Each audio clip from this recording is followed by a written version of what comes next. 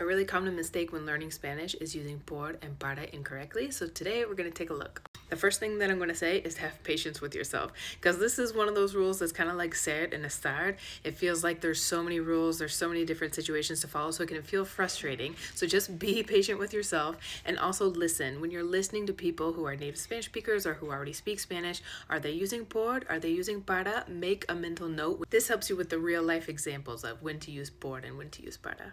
Part of the reason por versus para is so hard is because, as we can see, por can mean to, but para can also mean to. So for English speakers, when you're trying to translate to, we get stuck. Is it por? Is it para?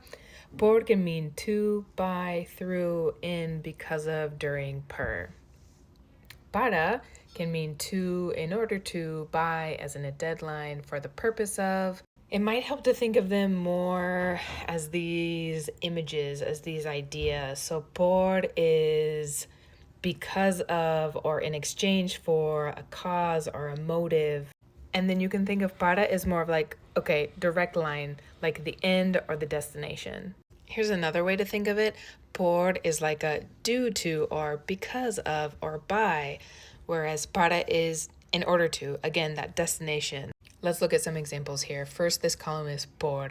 I want to look at this second one here, denoting a time, a duration. Viajamos por 2 semanas en El Salvador. So when you're talking about a length of time, for 2 weeks, for a month, for 3 minutes, we're going to use por. To talk about the way you travel or communicate, te mando los papeles por correo. ¿Quieres viajar por bus? This is a common one here. Express gratitude or apology. Gracias por tu amistad. Perdón por ser tan celoso. This one is definitely a common mistake. We want to use para sometimes, but to express gratitude or an apology, we're going to use por. Okay, so let's check out our para column. Talk about the purpose or aim of an action or thing. El vaso es para cerveza.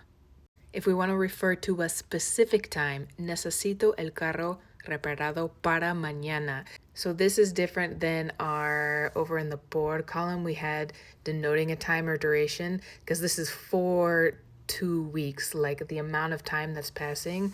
Referring to a specific time, it's, oh, I need it for tomorrow, para mañana. I want to talk about this one because it's very common to mean in order to or for the purpose of.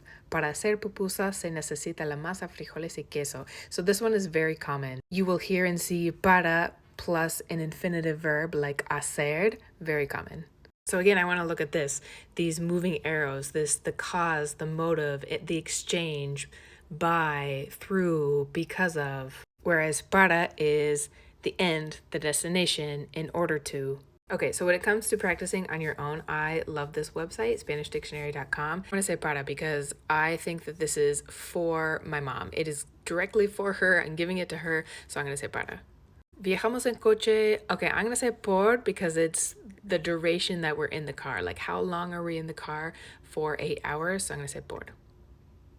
Pancho sale. Okay, well, the final destination, where they're going is Europa, so para.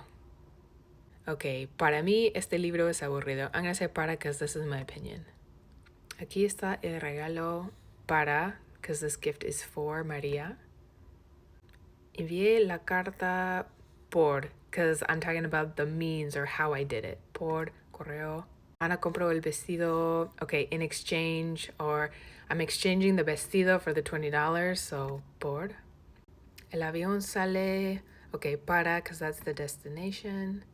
Van a estar en España por, okay, I'm talking about for how long, duration of time. I hope this video has at least pointed you in the right direction when it comes to por and para. These are my suggestions. Notice when Spanish speakers are using por and para. Those are your real life examples, live context. So really take note when you hear a por or a para and how it's being used. And then also just take some time to practice. That website that I just showed you, SpanishDictionary.com, any of the sites, the images that I cited in this video, just dedicate some time to repetition, practice, reading over different examples, and just allowing yourself some time to have it all sink in.